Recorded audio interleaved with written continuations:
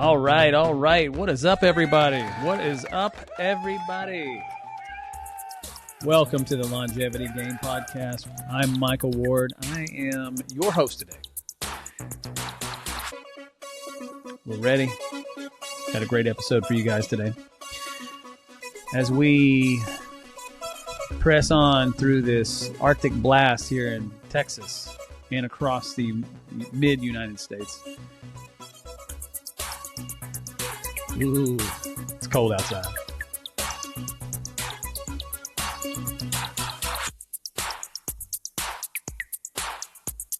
Yes. Okay. Here we go. Let me ask you guys a question.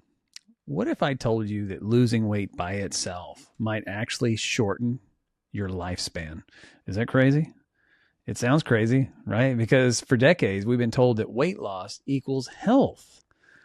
But today, the conversation in longevity and performance medicine has shifted quite a bit. All right. Now we're talking about muscle as a longevity organ, about mitochondria as the real engine of metabolic health, about epigenetic age versus chronological age, and about wearable technology like this Oura Ring here is exposing problems that we used to miss like entirely.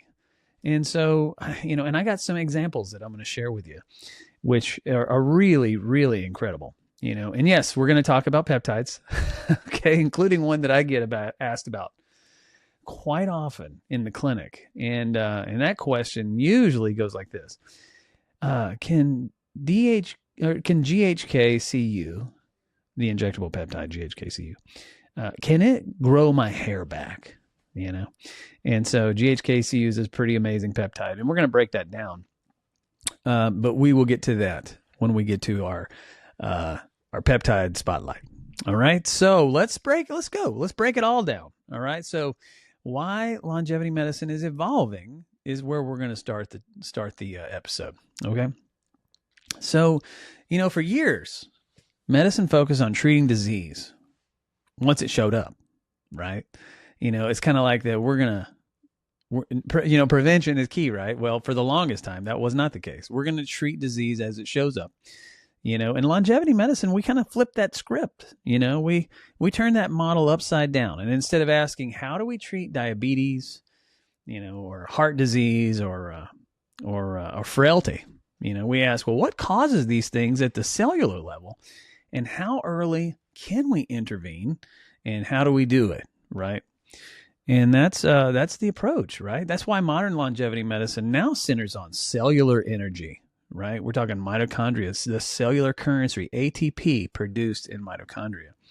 Also inflammation, right? Muscle mass, metabolic flexibility, and your ability or your capacity to recover. We don't just look at lab values in isolation these days, right? I mean, this is the way, friends. And so, and this is how we do it at Next Level TRT. And again, if you guys don't know, I am the founder and CEO of Next Level TRT, and we're a longevity and performance medicine practice franchise in Texas and Nebraska currently.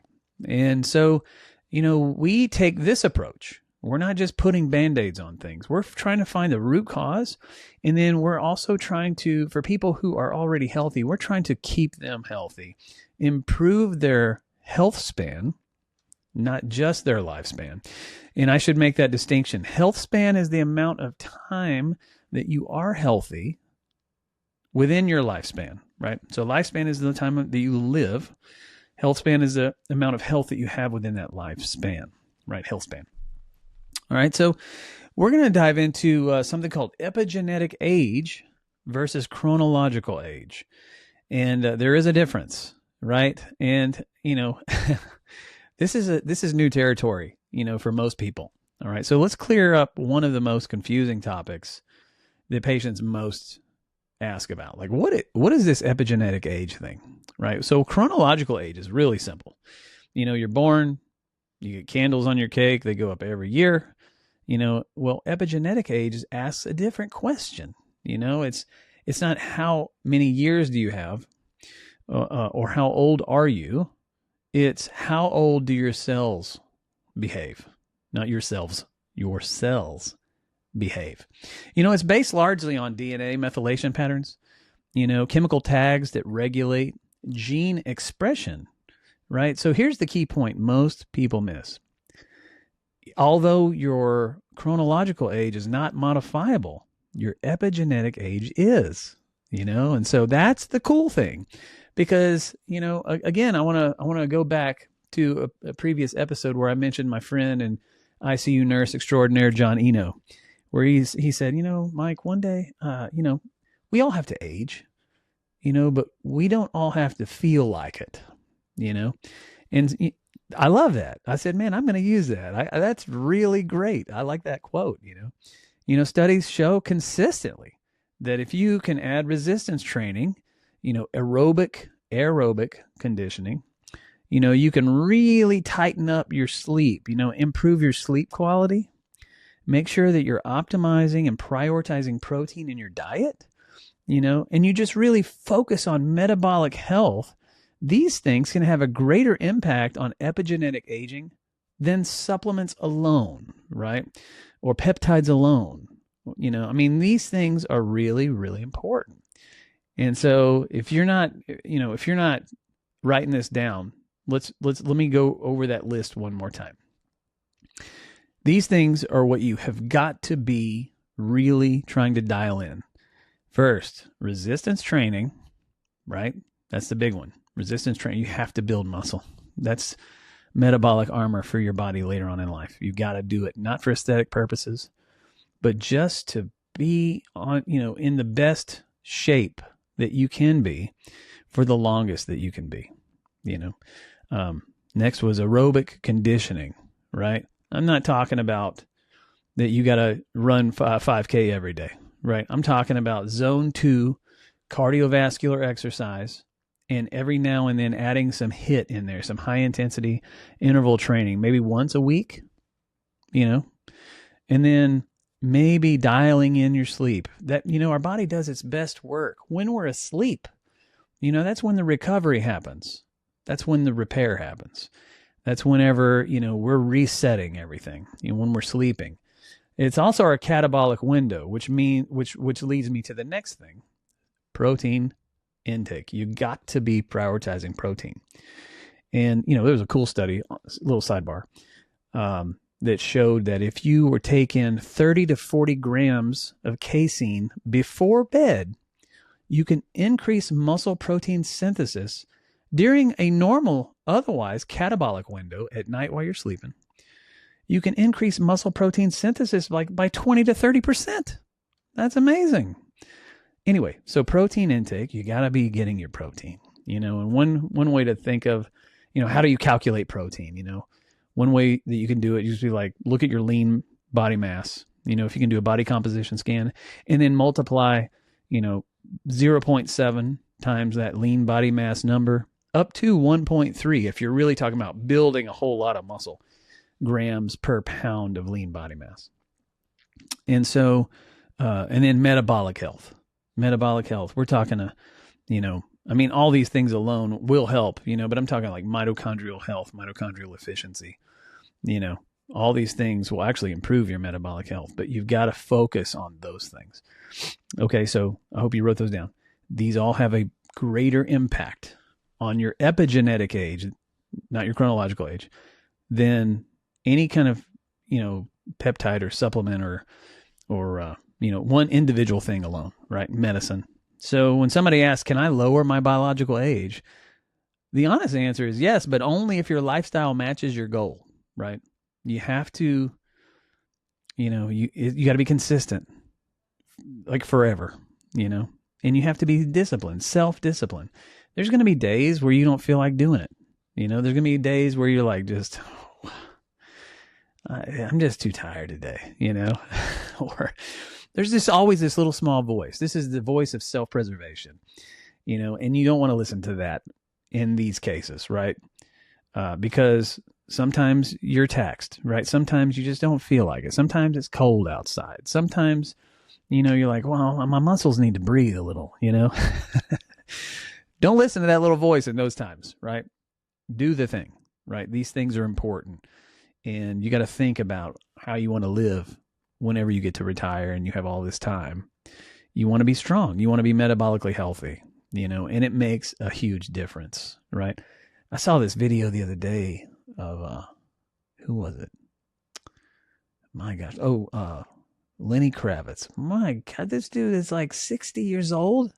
He looks absolutely incredible, man. But this is the prime example of somebody who's been prioritizing his health, day after day, year after year, just really, really incredible. And so that's the way. All right. Speaking of wearables, I use this Oura Ring, which I love this thing. And I also have an iWatch, right? I love the iWatch, and I use it during training. But that's about the only time I really use it. There's 2 days a week that I don't go to the gym, and that's Wednesday and Friday. And I have my reasons why I don't go on Wednesday and Friday. It has to do with my work schedule and my life schedule. But Wednesday and Friday, I don't go to the gym, right? Now, there are some times in my life where I'm going to the gym every day. And usually that's whenever I have a bodybuilding competition and I'm in competition prep. I'm going to go every day. But mainly, I take off on Wednesdays and Fridays. On those days, I don't even wear my iWatch. I just wear it on the days that I know I'm going to be in the gym. But my Oura Ring, I wear all the time. I actually bought an Oura Ring for every one of my staff at Next Level TRT because I think it's that important. And let me talk about what it actually does.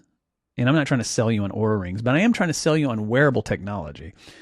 The reason I like the Oura Ring is because this sucker stays charged for 5 or 6 days, and so I don't have to worry about charging it, But anyway, I'm trying to sell you on wearables. So wearables, they have really, really changed the game, not because they're perfect, right? Because, not all of them are perfect. I don't know if there's any of them that are perfect. There's always going to be some things that they may miss on occasion, but not because they're perfect, but because they reveal patterns that we do miss, and whenever you use a wearable to track these patterns, then you can really optimize the way you feel, and it's just amazing. Once I began using my Oura Ring, I could see things that I never knew even existed, right? And what I mean, first of all, sleep duration, and sleep quality. My gosh, this is huge. At one time, I would sleep 8 hours, and I'd be like, man, I am exhausted. Why? I know I was in the bed, I slept 8 hours, but I am still so tired. Well, guess what? I wasn't sleeping 8 hours, and the Oura Ring told me, this is how much time you spent in the bed. This is how much time you spent in light sleep.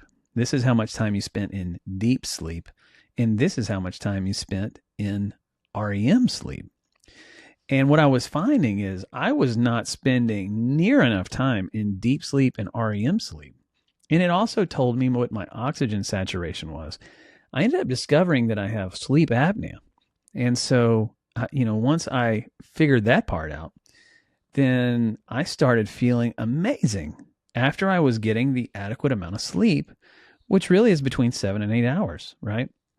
But if you don't know that you're getting a specific amount of deep sleep and REM sleep, that's probably why you feel exhausted, The next thing that it shows me or it tracks is HRV, heart rate variability. Low HRV isn't just stress. It often reflects under recovery, overtraining, poor sleep, inadequate fueling, right? And then maybe even chronic inflammation.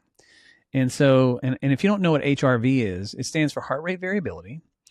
And what it does is it measures the little space in between your heartbeats in milliseconds. Think da-do, da-do, da-do. It's that space where the heart's not beating. It measures that.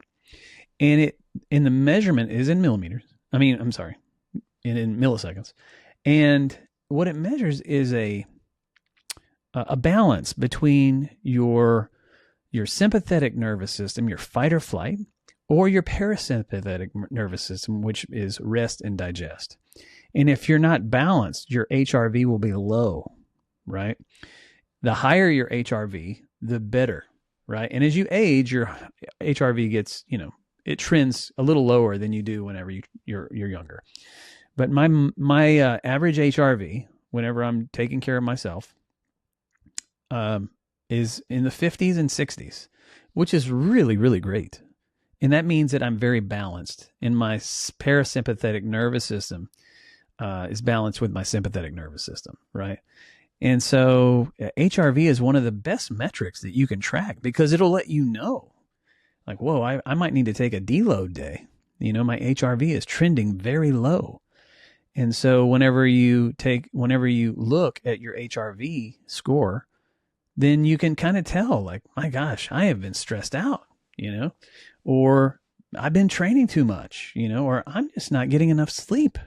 My sleep quality is in the dirt, and your HRV will reflect that.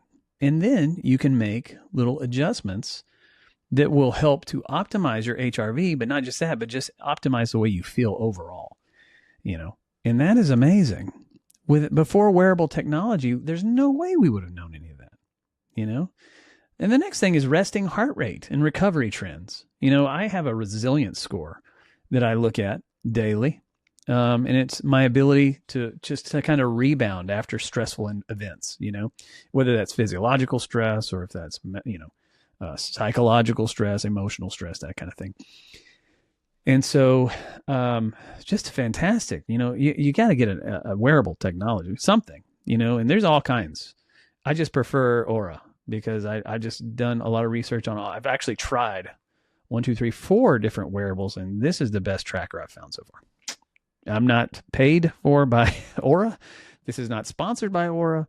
This is just me saying what I like. All right.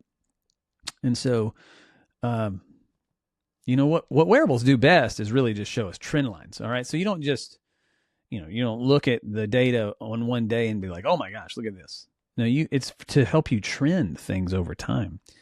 And they're not diagnoses. These things that we're looking at, we're not diagnosing ourselves with these, but they help us to answer, is our physiology, is it adapting, or is it breaking down? Right. And whenever we're talking about, longevity, that's incredibly powerful, especially when we're looking at performance, it's like, it's really, really great because, we all have felt just exhausted in the morning for some reason. We just feel like, man, I know I got a lot of sleep last night, but I'm just exhausted. And the whole day is just wrecked. You have brain fog. You're just not as sharp as you usually are. And you just don't have the energy, right? Well, it's nice to know, like, what is causing this thing, and this really helps. Anyway, so let's shift gears here. Let's talk about mitochondria. I talk about mitochondria a lot, but this is the engine of longevity, and I think that this is a really pertinent and relevant topic, especially when we're talking about longevity. This is where I go hard with patients, in the clinic. Mitochondrial efficiency is, man, it's important. They're not not just, energy factories, right? That's what we're all told in school, they're the powerhouses of the cell. Well, they are, but they also regulate metabolism. They regulate inflammation. They regulate apoptosis. Apoptosis is, programmed cellular death. And so whenever you have cells that aren't dividing anymore, like SASP cells,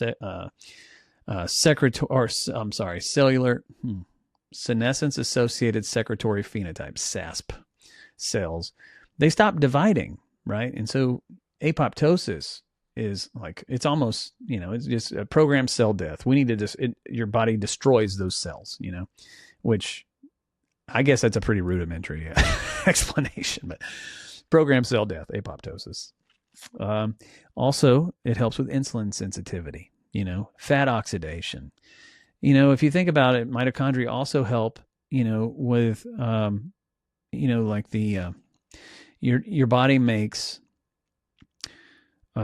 steroids like testosterone, estradiol, DHEA ultimately from cholesterol, right? Your mineral corticoids, ultimately from cholesterol.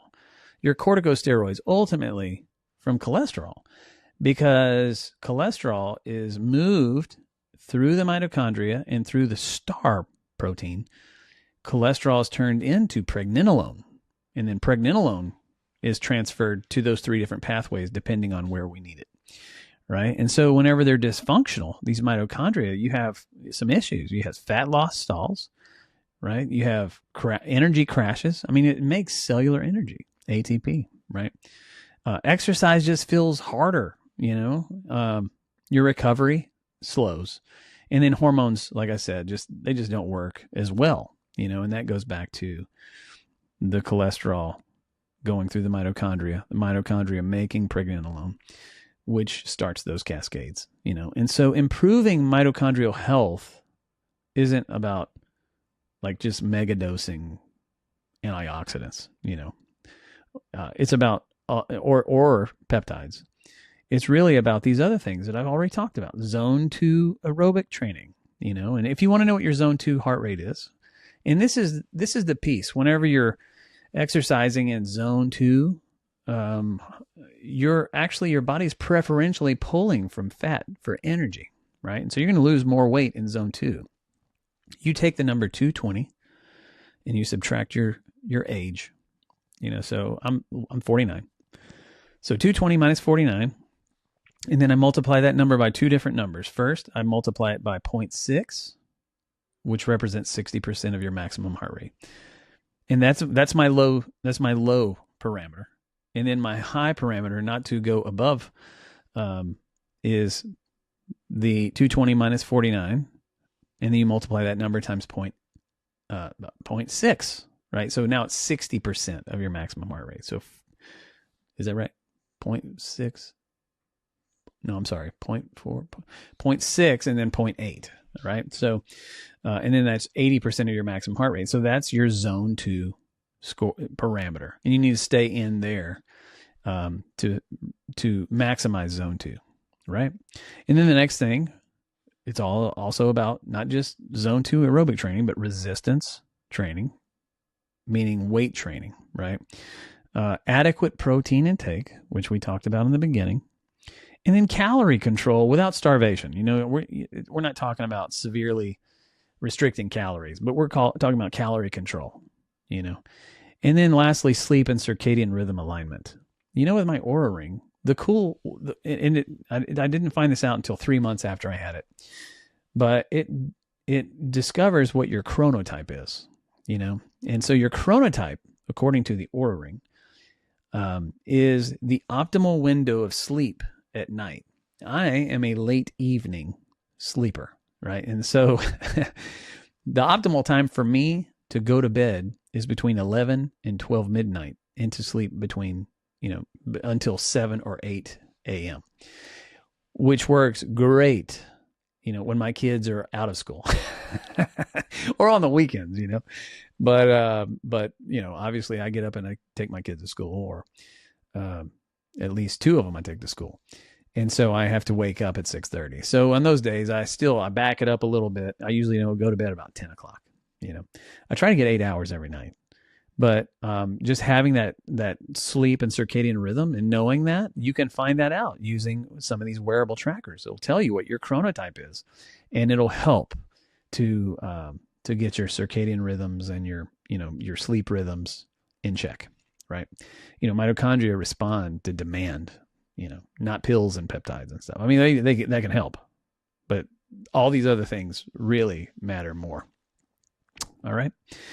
Now, I mentioned earlier, how muscles is our longevity organs, right? And this is one of the most important paradigm shifts that are happening right now. And it's like that muscle's no longer viewed as cosmetic tissue, making you look good. And that's why we're building muscle. No. I mean, that is good. It does help you look really nice, and so few people, build adequate amounts of muscle. If you look around in the general population, you notice pretty quick when somebody walks into your vicinity that is really, really focused on building muscle. It's an attention getter for sure. But that's not the reason you should be building muscle. It should be because of longevity, right? Muscle is now recognized as a longevity organ. And let me tell you why. All right. Because skeletal muscle actually, it regulates glucose disposal, right? It acts as an endocrine organ via myokines, okay? And then it buffers inflammatory stress. And then it protects against insulin resistance, And then it also obviously preserves independence as we age. Loss of muscle, especially during weight loss, is associated with higher mortality, worse metabolic outcomes. Eventually, it will lead to frailty and faster biological aging. This is super important. When you get on medications like GLP-1s that really suppress your appetite, a lot of people, they get into this situation where they're losing a lot of weight, but what they're not understanding is they're losing a lot of muscle mass, which will worsen metabolic outcomes, right? And so what happens is as you lose total body weight, fat and muscle, eventually you're going to gain some fat back. It's just going to happen. Eventually you're probably going to gain a little weight back, but you're not gaining muscle back. And so now you have a higher fat to muscle ratio, and then you're a metabolic mess, and now it's going to be harder to lose weight now because now you have a lower resting metabolic rate because muscle helps drive metabolism. And that's just one thing, all those other things that I mentioned, strengthening your immune system, strengthening your bones, preventing, frailty. It helps with your posture. It helps in the long term. It prevents you from falling because you stepped off a curb and broke your hip. And now you're, it's not good. It doesn't get a lot. For most people, it just gets worse from there. And so this is why weight loss without resistance training is super dangerous, right? And it's also why muscle protein synthesis, it has to be prioritized during, there's 3 reasons, 3 times that I know right off the top of my head that it's got to be prioritized. And this is especially important during calorie deficits, right? As we age, for sure, because we're losing about 20 to 30% of our muscle mass, every decade in our 40s, and then it gets worse as we age. And then when using GLP-1 medications, And so I just want you guys to remember this. Protein isn't optional, right? Lifting isn't optional. Okay, muscle, although it looks damn good, it's not aesthetic. It is aesthetic, but it's more medicinal. Muscle is medicinal. I just say that. Muscle is medicinal. I like that. And so you got to do it. You got to build that muscle. And you don't have to brutalize yourself every week, and I tell people this a lot. And I'm probably even mentioned it on the podcast.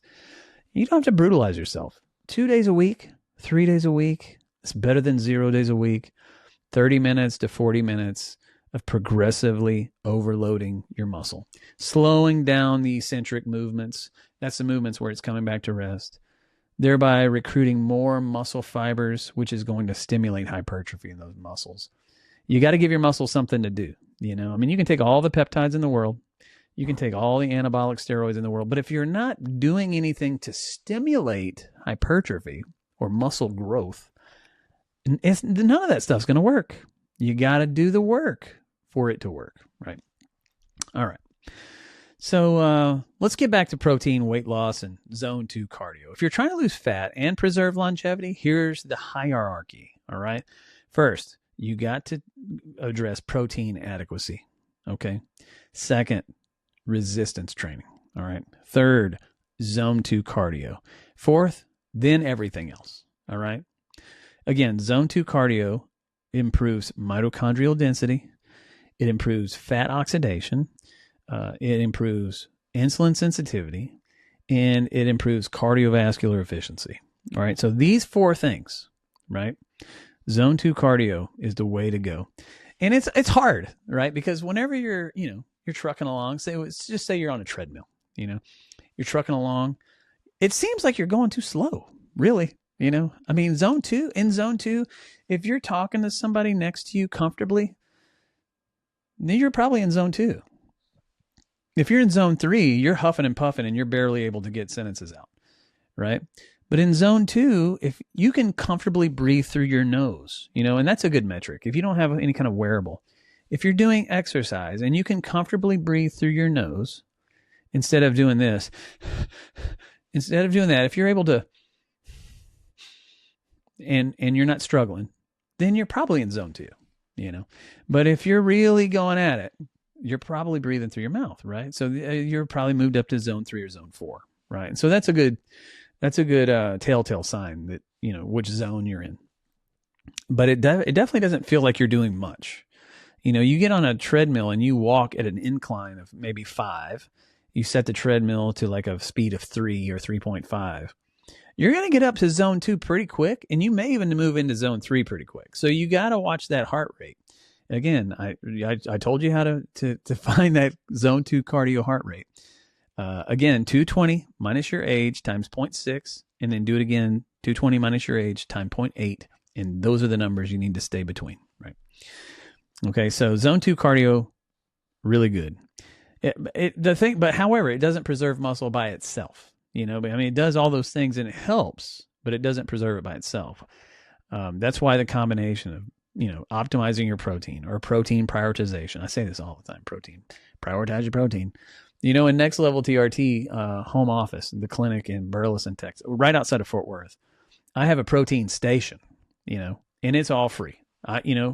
My patients, when they come in, I always say, grab some protein. There's even like a neon sign above the station says protein, you know, and that's it. I mean, I want people to get, if you're not going to get any protein today, if you come to the clinic, you're getting some protein, you know? And so, and now this is, you also have to think about people who have advanced renal problems. All right. Talk to your nephrologist about protein and what you should be taking in. If you have, you know, chronic kidney disease, stage 4 or stage 3, maybe eating a whole bunch of protein is not a good idea, you know, because protein isn't on a renal diet, as far as I remember, you know, so you got to be really careful about that because it can worsen kidney disease.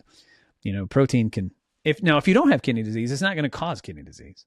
But if you have really bad kidneys, protein can stress them out a little bit more. So talk to your nephrologist if you have kidney disease and ask how much protein do you need to get. And also you got to remember to, you know, calculate your medications accordingly too. Just as a little sidebar. I spent years in the ICU as an ICU nurse practitioner. And so I have all these other things I'd like to say right now, but we're going to stay on topic. Longevity. We're talking longevity. All right. So protein prioritization, resistance training. We talked about that. And then zone 2 aerobic work. That's the triple threat, right? That's going to do it, right? That's going to help, you know, all of it metabolically. That is it. All right. So that's the triple threat: protein, resistance training, zone 2 cardio. And that's the gold standard in modern metabolic medicine. All right. I hope that you guys got that. All right. So every week, you know, we talk about peptides. I prescribe peptides all the time. And so what we've instituted on this podcast is a peptide spotlight. And I do a peptide spotlight every episode. And this week we're going to cover GHKCU. This is a copper peptide. We've been using topical GHK for a long time in aesthetic medicine. You know, it does really help with the skin, you know, aesthetics. But the injectable GHKCU copper peptide is fantastic, and it's in my regimen, like my long-term regimen, right? So let's talk about it. I get this question a lot, you know, in the clinic. You know, this is great peptide. Will this help to grow back my hair? You know, because as we age, men, you know, if you have this genetic tendency for early male pattern baldness or male pattern balding, you know, it's, you know, some people it really affects, you know, and so peptides are great. And so people are looking for ways to help, you know, regrow their hair, thicken their hair. And so does it regrow my hair is a question I get. So let's talk about that. Okay. So GHKCU is a copper binding peptide. This is naturally found in your plasma. Okay. Its primary actions include wound healing, collagen synthesis, elastin synthesis, angiogenesis, which is blood vessel formation, anti-inflammatory signaling, skin and connective tissue repair. All right. You may have seen it in something called the glow stack, which is a triple peptide stack that consists of BPC-157, TB500, and GHKCU, right? And so this is the glow stack, right? It sounds awesome. But anyway, so regarding hair, GHKCU has supportive evidence suggesting improved follicle environment, all right? And then a prolonged growth phase, and then reduced inflammatory damage, okay? But what it does not do, it doesn't override genetics, okay? So if you have a genetic tendency to lose hair, or have a receding hairline and it just gets worse, with age, doesn't fix that, all right? It does not guarantee hair regrowth in advanced male pattern baldness, all right? Think of it as improving the soil, right? Not resurrecting the plant, right? That's how you can think of it, right? You can use it topically or systemically. It may support hair health, but it's not going to replace proven therapies that work. For androgen alopecia, which is, people who take testosterone and they have this genetic predisposition of early male pattern baldness.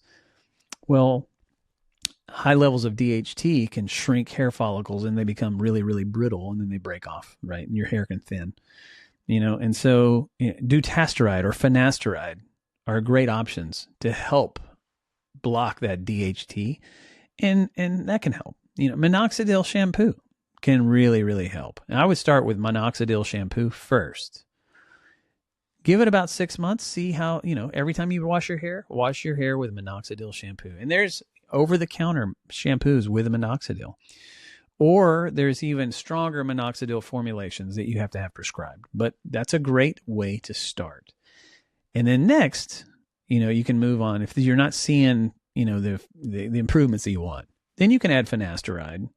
And if finasteride doesn't work, you can go to dutasteride, which has been shown to work better than finasteride. But, I don't like to, I like to go straight to it. I usually will just put somebody on dutasteride. But the GHKCU does work for all those other things. And it's a really fantastic peptide. But it's not going to grow your hair back, right, in these cases. All right. Anyway, the glow stack. Let's talk about the glow stack real quick. I want to talk why these three peptides are combined, right? The BPC-157, the TB500, and the GHKCU. BPC-157 supports tissue integrity and healing, right? And TB500 does something similar. It enhances cellular migration and repair. And GHKCU supports collagen remodeling and inflammation control, right? And so together, they're often discussed for recovery and regenerative support, right? And that's it. They go well together. So these are not adjuncts, right? They're not substitutes for training, sleeping, or nutrition. And specifically pertaining to BPC TB500, these are not peptides that are lifestyle peptides. These are tools that are used for a specific goal, and then you get off of them, right? This isn't something that you just continue to take forever, right? And I think one of the reasons that, there's never been any human studies that have shown cancer development or tumorigenesis from these peptides. However, hypothetically, because they increase VEGF expression, which causes angiogenesis or boosting blood vessel formation, you don't want some kind of subclinical tumor, which is just a tumor that you have that you don't know that you have. All of a sudden I need something to drink. Hang on. That's better. You don't want some tumor that you don't know all of a sudden have new blood vessel formation, and now you have blood vessels feeding a tumor. And so, if you get injured, BPC-157 and TB500, they're really great, but it's not, again, it's for a specific goal. It's not long-term, right? Anyway, we're looking at 40 minutes now, guys. And so I'm just going to have to wrap this up. And so here's the takeaway. If you remember one thing from today's episode, let it be this. Longevity is not about living longer. It's about function, strength, energy, and resilience, right? Muscle is a longevity organ. Mitochondria are the engine. Protein and resistance training are non-negotiable. Wearables reveal trends, not truths, but trends. And peptides support the process, but they don't replace the work, all right? This is the future of longevity medicine. And this is a longevity game. If this was helpful, if this episode was awesome, and you liked it, you enjoyed it, and you know somebody else that would love it, enjoy it, and they could benefit from it, share it with somebody. All right. Also, follow the podcast. We're on iTunes. We're on YouTube. We're on Spotify. We're on iHeartRadio. We're on Amazon Music. And we release new conversations regularly. And if you have any questions or topics you'd like us to cover, let us know, right? We love to cover those things. This podcast exists to educate, not sell you on anything, all right? Except for wearables today, and protein, and resistance training, and zone 2 cardio. So I'll see you on the next episode of the Longevity Game podcast. Thank you for joining me today. Stay intentional, stay informed, and as always, go long. If you have any questions or concerns about a topic or particular episode, hit us up at hello@thelongevitygamepodcast.com. If you're interested in being a guest on the show, be a guest at thelongevitygamepodcast.com. And if you're interested in supporting or sponsoring this show, just email us at sponsors@thelongevitygamepodcast.com. All right, guys, that is it. And I appreciate you being around. You guys take care, and we'll see you on the other side. Thank you.